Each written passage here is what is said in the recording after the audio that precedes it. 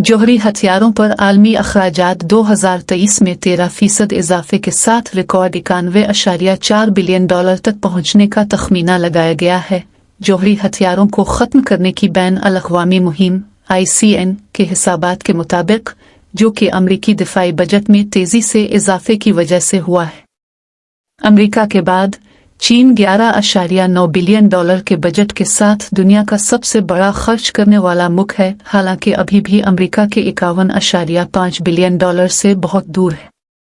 Icon ने कहा कि दुनिया की तमाम नौ जौहरी ताकतें ज्यादा खर्च कर रही हैं।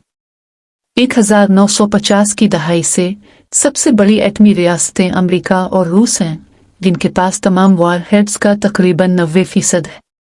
मुहक्किकीन ने बताया कि रूस के पास 4,380 जौहरी वॉरहेड्स तैनात ज़ख़ीरा करने में हैं, जबकि अमरीका के पास 3,708 हैं।